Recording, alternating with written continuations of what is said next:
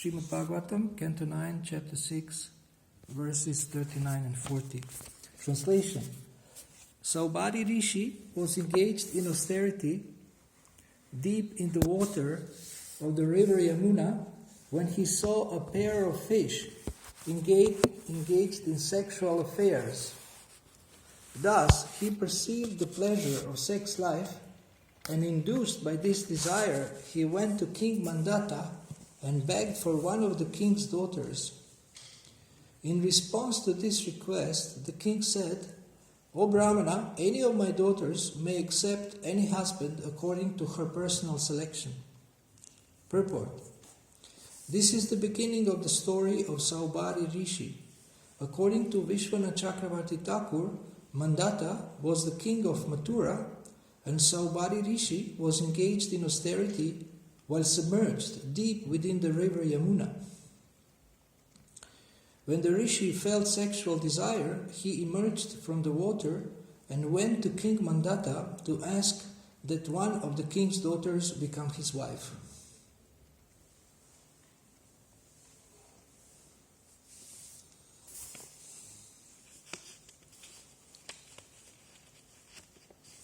So do you know what is the world record to be underwater?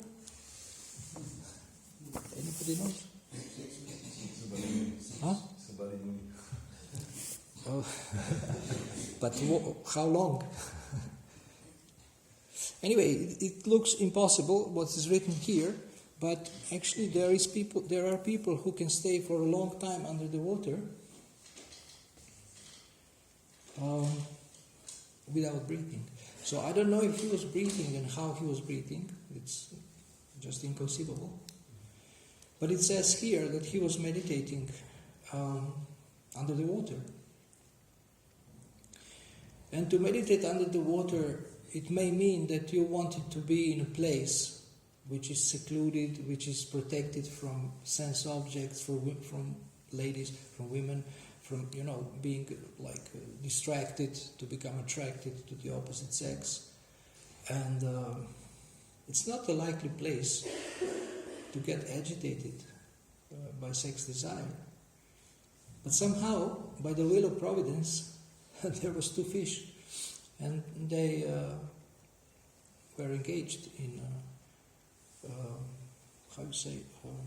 romantic relationship. And he remembered that activity that is the main cause of conditioning of the conditioned souls in the material world. And this dormant desire was awakened. We have another instance of dormant desire being awakened is in Ajamil, in the 6th canto of the Bhagavatam.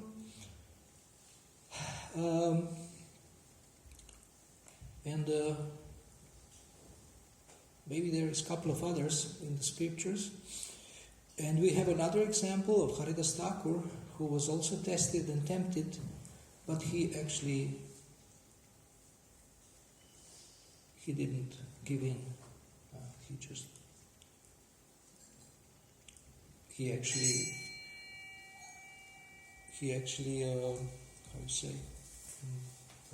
converted the prostitute into a devotee.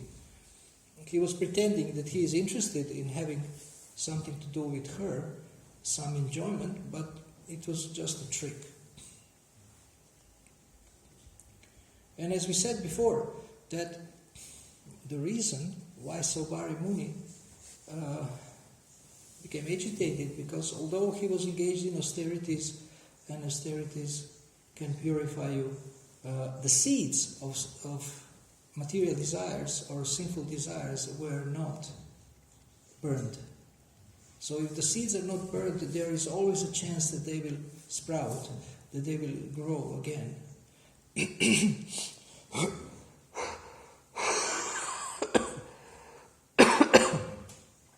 And the seeds can be burned only by pure devotional service. So he was not engaged in pure devotional service. And even when you are engaged in chanting and in devotional service, if you do offenses, if you offend devotees, then the results of our activities are actually lost.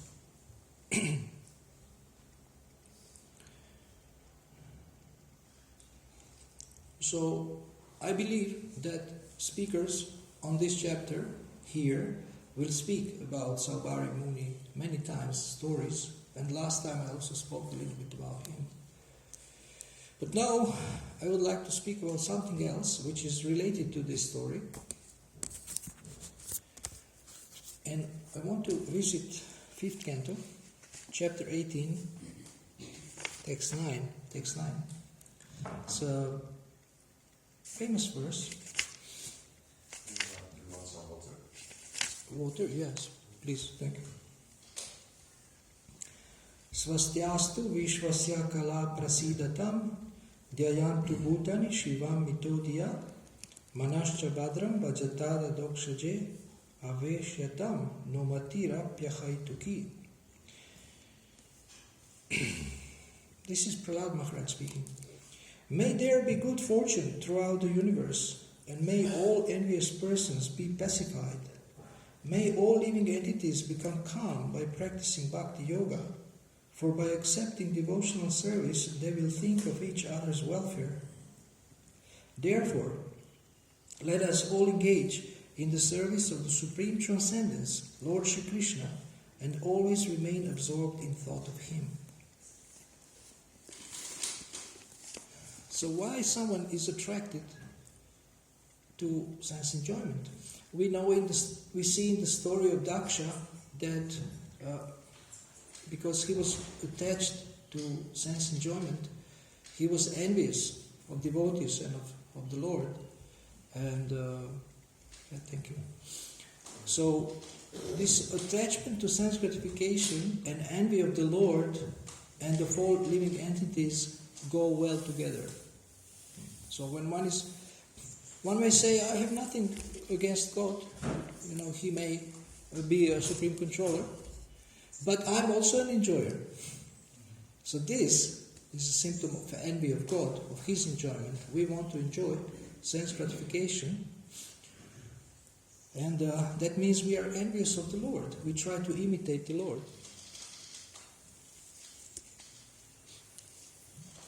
So Saubhari Muni was still envious of the Lord. If he wasn't envious of the Lord, he would say no to Maya, but he didn't say no.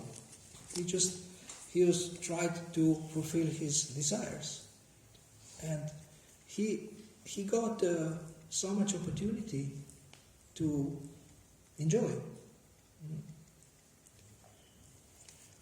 And Srila Prabhupada gives epic purport, I think one of the most important in all of his teachings, to this verse from the 5th canto.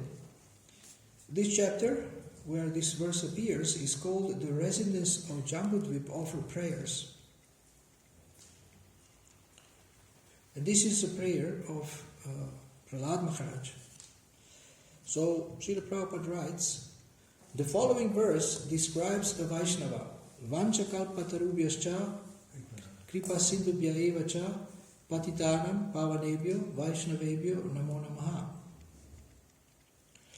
Just like a desire tree, a Vaishnava can fulfill all the desires of anyone who takes shelter of his lotus feet.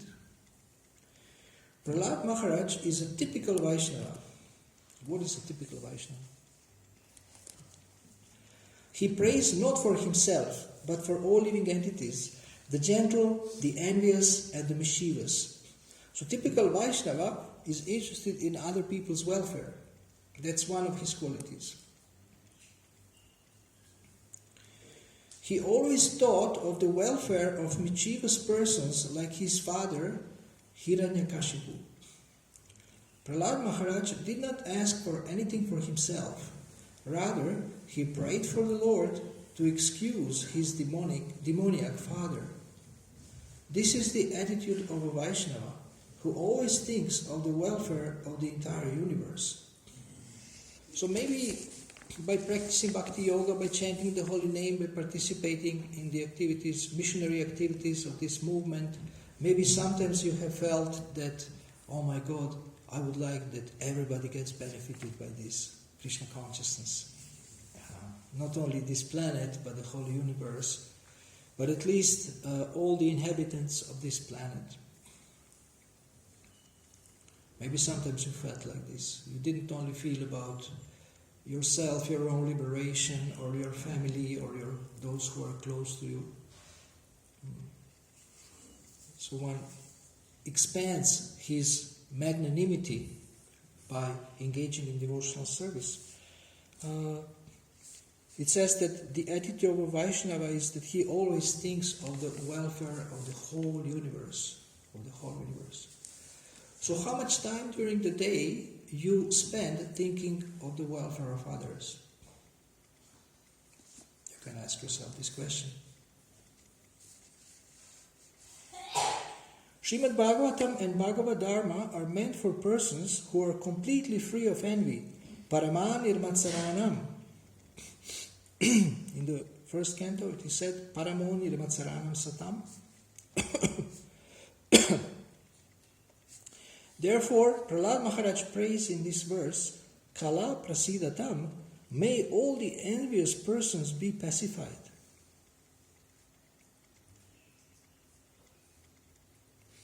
The material world is full of envious persons, but if one frees himself of envy, he becomes liberal in his social dealings and can think of others' welfare. Anyone who takes up Krishna consciousness and engages himself completely in the service of the Lord cleanses his mind of all envy, manascha badram bhajata adokshaje.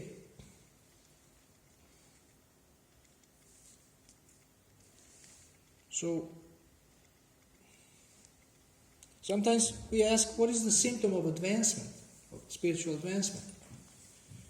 And then Srila Prabhupada said that detachment from sense gratification and attachment for Krishna, this is the symptom of advancement. But one of the symptoms of advancement in Krishna consciousness is described here, it's being free from envy. Being free from envy. So we don't want to be envious of devotees, we don't want to be envious even of demons. Like Prahlad Maharaj, he is not even envious of his demoniac father. He doesn't wish anything bad for him. He wants that he becomes liberated. And he is praying to the Lord for this. He wants to kill him. Did you try to pray for someone who hurt you? For their benefit? Yes?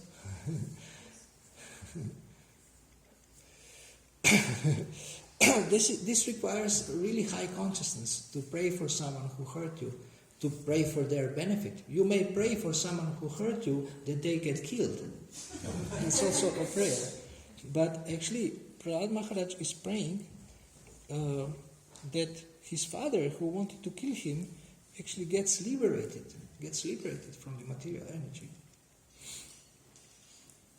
So this is a symptom of a Vaishnava. We should pray to Lord Nrsimhadev to sit in our hearts. We should pray, Bahir Nrsimho Hridaye Nrsimha. And now this is one of the boldest prayers in the scriptures. Let Lord Nrsimhadev sit in the core of my heart, killing all my bad propensities. Let my mind become clean, so that I may peacefully worship the Lord and bring peace to the entire world. So have you ever prayed like this? May Lord Nrsimhadev comes with his transcendental nails and tear apart all my anarthas, tear apart all my bad propensities. And sometimes devotees tell me that, I started praying very boldly and then Krishna actually did something about it. And then I was scared. I stopped praying like this, like, my dear Lord, please purify my heart. And then he sends me amazing tests and then I become scared. It's too hard. So, this is a little bit softer. Let the Lord kill all my bad propensities. So what are the bad propensities? Kama, Krodha, Lobha, Matsarya, Mada, Moha, 6 highway robbers, for example. Let my mind become clean, and so that I may peacefully worship the Lord and bring peace to the entire world. So today's leaders, they don't worship the Lord. They sometimes go to church, light a candle, and that's it. But we see here, King Mandata, Yuvanashva, they did great sacrifices. They invested so much energy and resources into worshipping the Lord. The king should invest so much in worshipping the Lord and in inducing people to hear and chant about the Lord. Now Srila Prabhupada is referring to Srila Vishwanath Chakravarti Thakur's commentary. In this, I would say, there's like 2/3 of the purport that are left. And he is very happily quoting Vishwanath Chakravarti Thakur.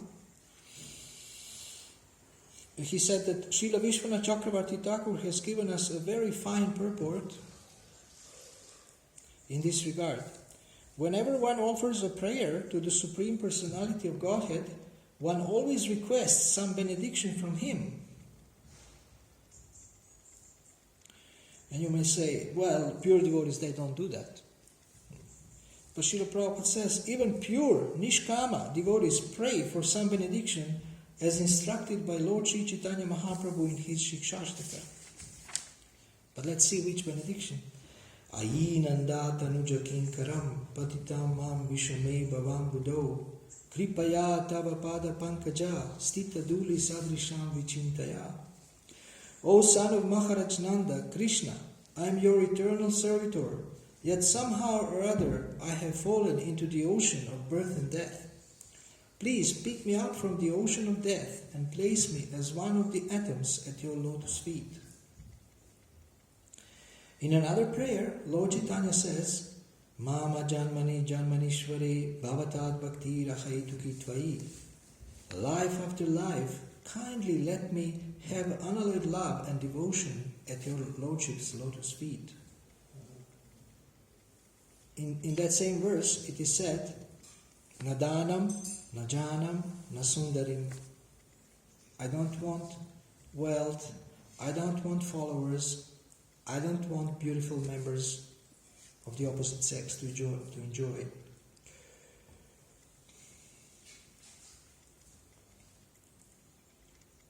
When Prahlad Maharaj chants Om Namo Bhagavate Narasimhaya, he prays for a benediction from the Lord, but because he is also an exalted Vaishnava, he wants nothing for his personal sense gratification.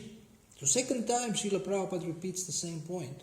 The devotee never wants something for his own personal interest.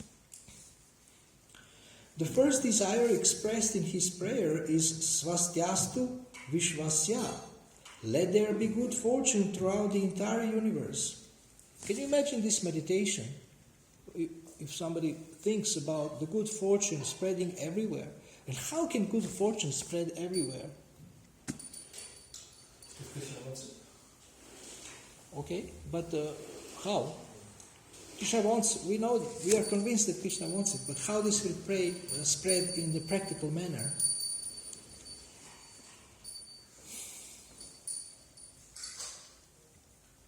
People can give up their bad qualities. What else? Preaching. What else? People become happy. How?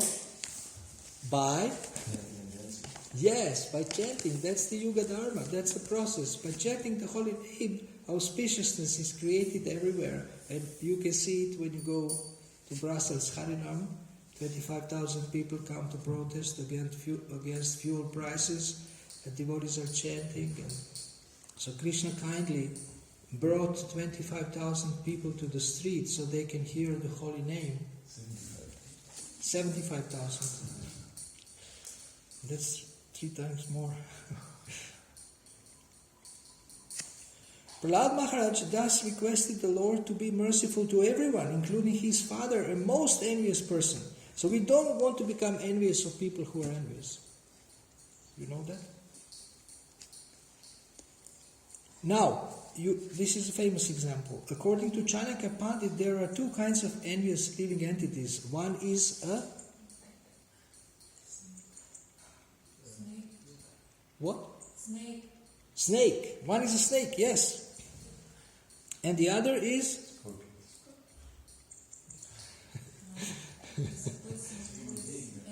Yeah, human being. But which human being?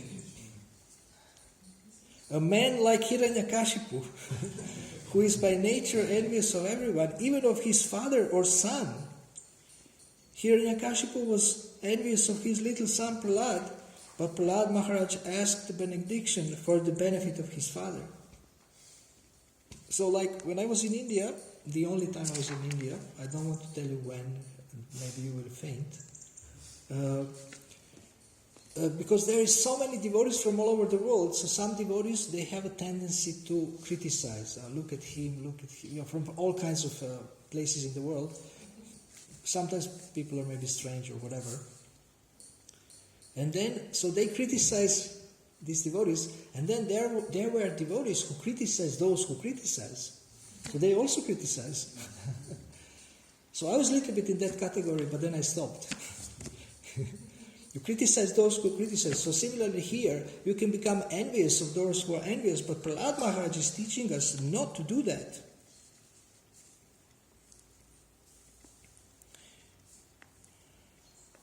Hiranyakashipu was very envious of devotees, but Prahlad wished that his father and other demons like him would give up their envious nature by the grace of the Lord and stop harassing the devotees. Kala prasidatam.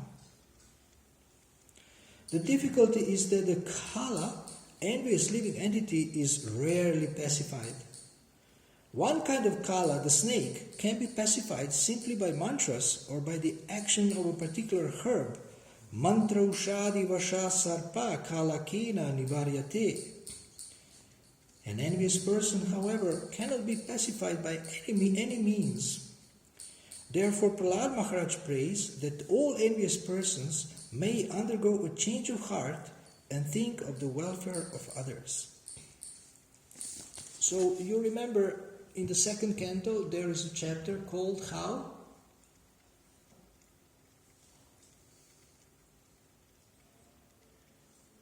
I think it's maybe third chapter, or I don't remember. It's called exactly what is said here, change of heart. So one symptom of the change of heart is that we are free from envy.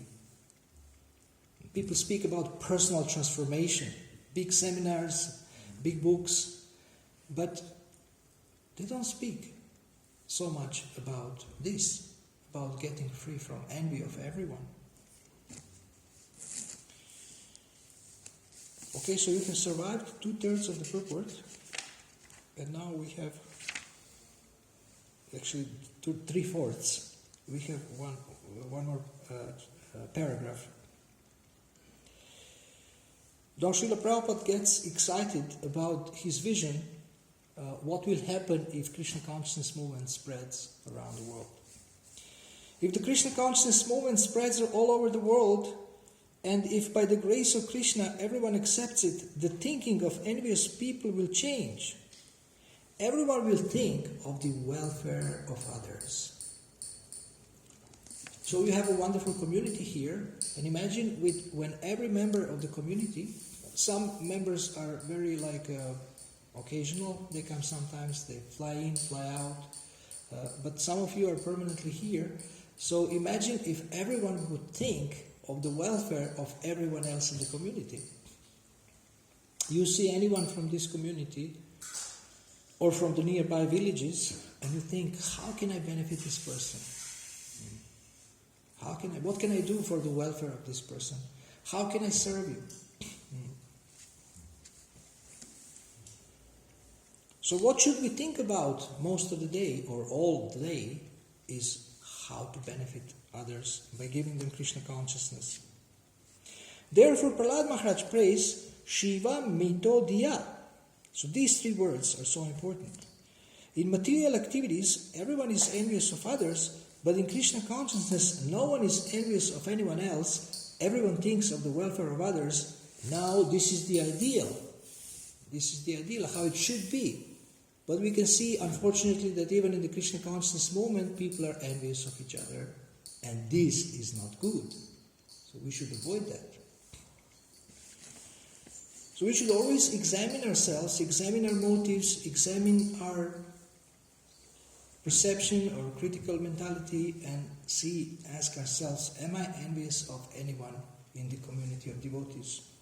And then give up that. If we need help, we can take help to give up envy also, but we have to do that.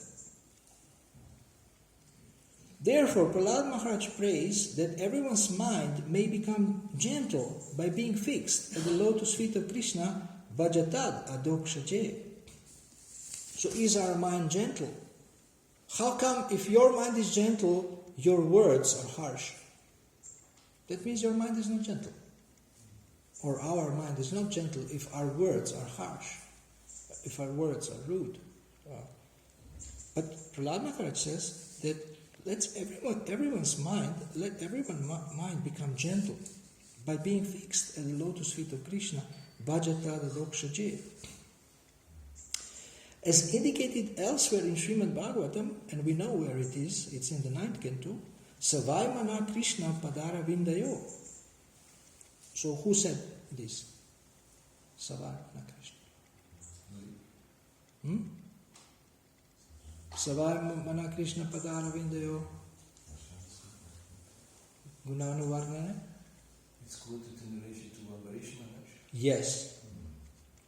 And as advised by Lord Krishna in Bhagavad Gita 1865, Manmana Bhava Mad Bhakta, one should constantly think of the lotus feet of Lord Krishna. Then one's mind will certainly be cleansed. Cheto Darpanamarjanam. So if we think of Krishna with love, then we also think of all his children with love, all his parts and parcels. And no one can say, I love God, but I hate all these people. This means he doesn't love God.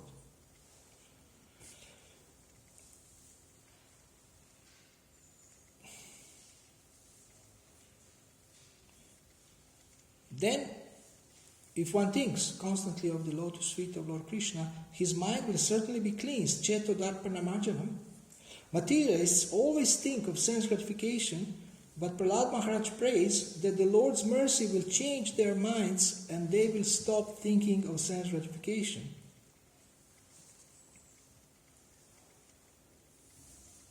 So it seems like that Prahlad Maharaj would like that some magical thing happen, and that somehow by his mercy they change their consciousness.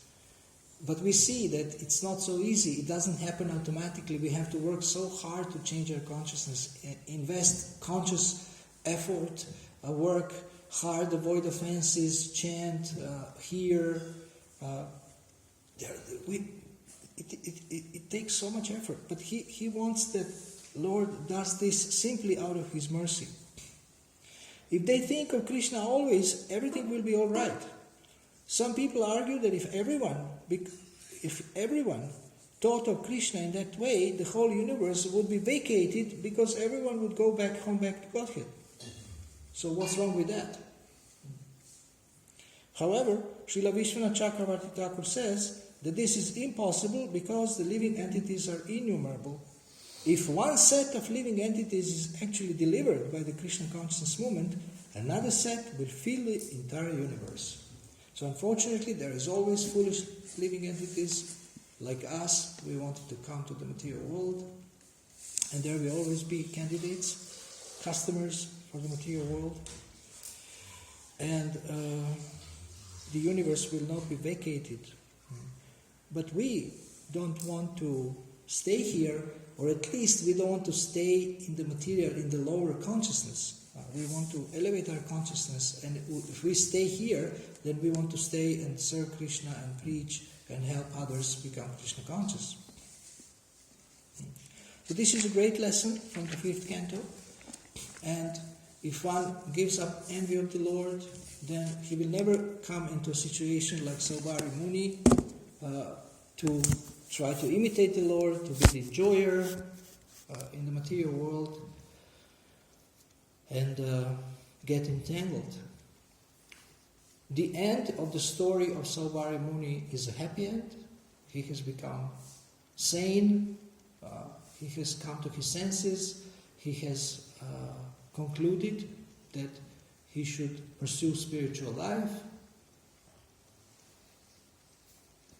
But we don't want to go again through attempts to enjoy the material world, because we have done it for so many millions of lifetimes. So why do it again? So thank you very much. Are there any questions?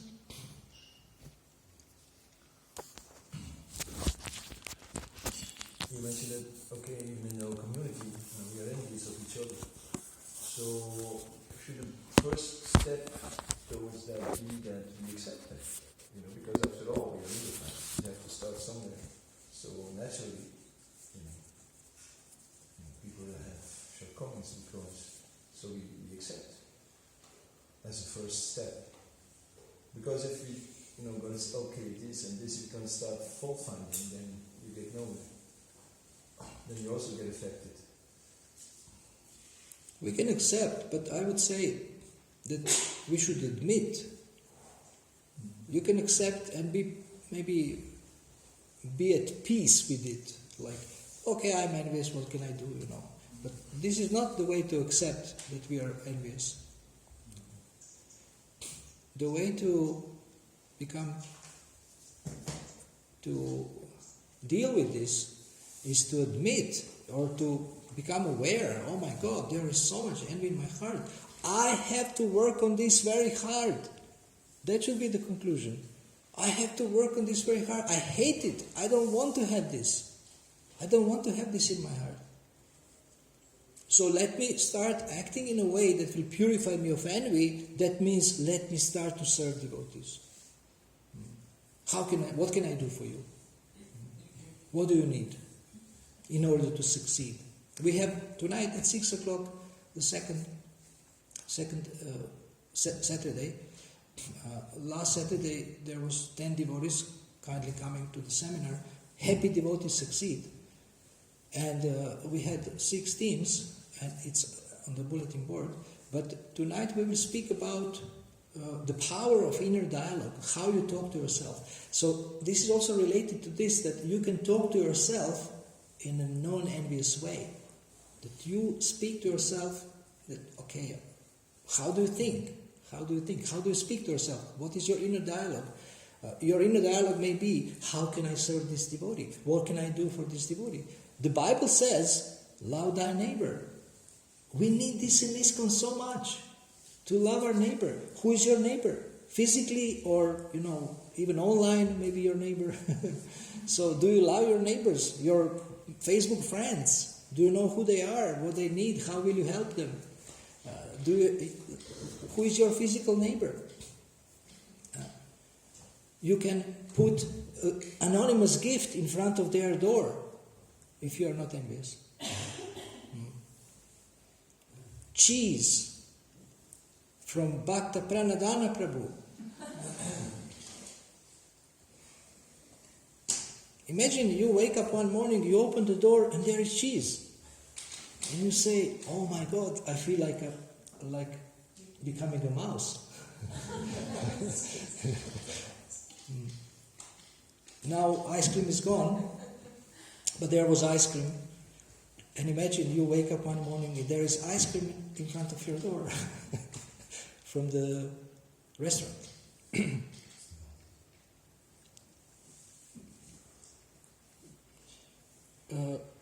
Last remnants of ice cream were there in the restaurant.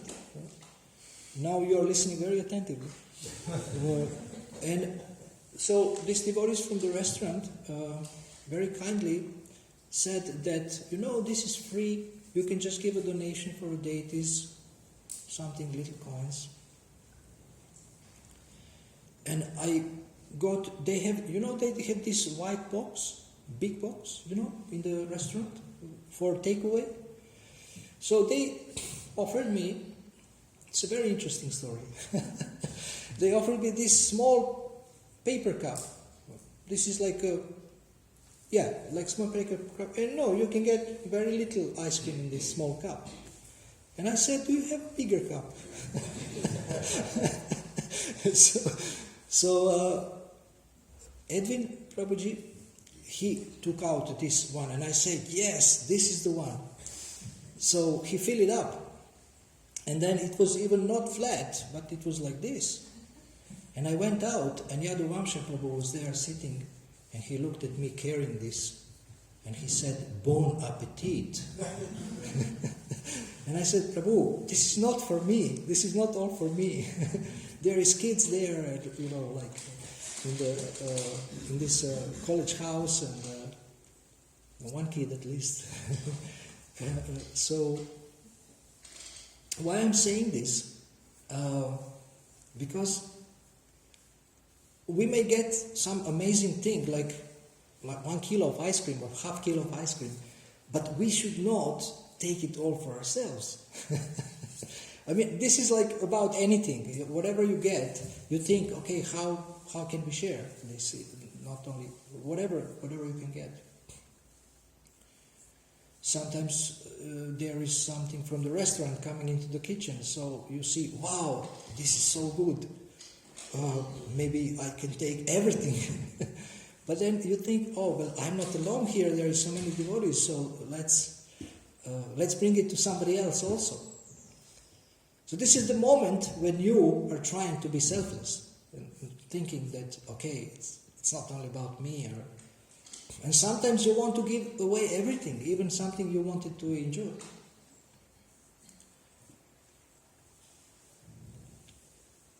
I spoke with Yadunandan Maharaj that in Spain, he is now the president of the farm, New Vraja Mandala, and I said, okay, so would you be interested in the seminar called Helping Each Other Succeed?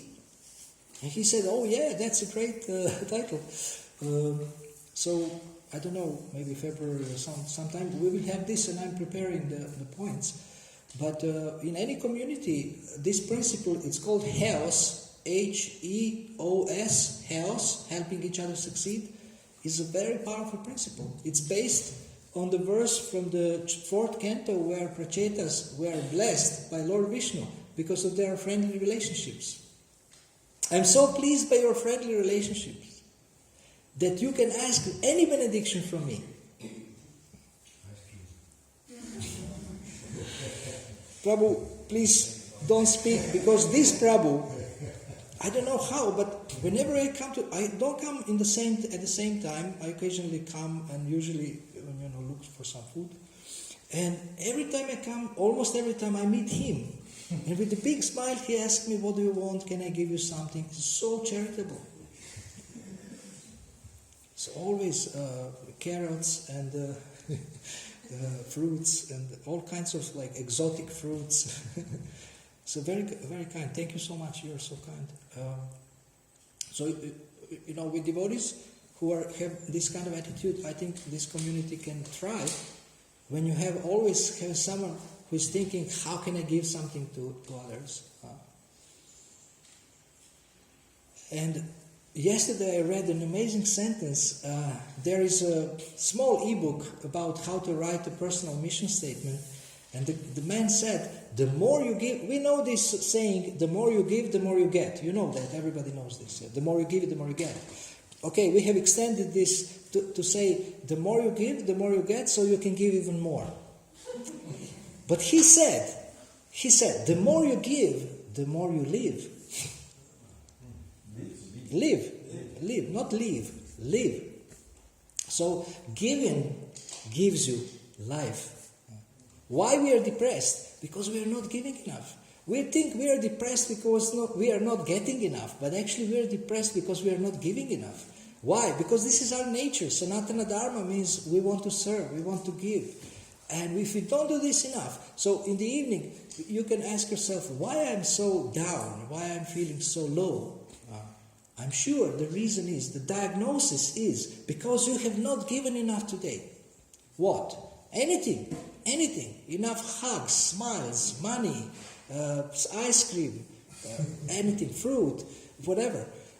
We have to give in order to live. We cannot live if we don't give, because this is our nature. So there is no question of depression for a giver. Depression is a disease of selfishness. Depression is a disease of selfishness. If you want to give, you will never be depressed. Okay, you are satisfied. Over-satisfied.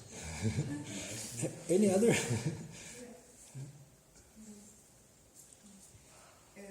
Sometimes when you feel like you spoke about this like self-lovingly, you became okay after all. But I feel like in the process of coming to that point, we are kind of projecting so much negativity just because we're not there, and we think also others are not there, but we are all in the process. So how to overcome that negativity, because it makes the process very slow. How can we see actually the future result of their activities or their so how to have this consciousness before the person becomes perfect? You are welcome to come to our seminar tonight, 6 to 8 at the Bhaktivedanta College. We will speak about this very extensively. This is also one of the things we will discuss. And negativity is actually can be overcome by positivity. Practicing positivity. I don't know if any of one is, Prabhu is listening. He's my neighbor, he's above me.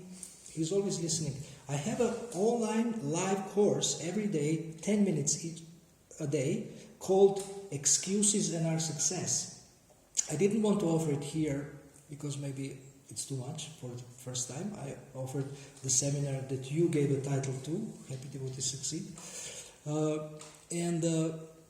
But I'm having this seminar, and for each, I have 18 excuses, like classic, epic, standard excuses. So for each excuse, there is an affirmation, which is Krishna conscious affirmation, which is opposite positive. So we can practice that. But tonight, when we speak about the inner dialogue, how we think of ourselves, of others, we can get into more detail. We have about 2 hours to discuss this, and I'm preparing some points.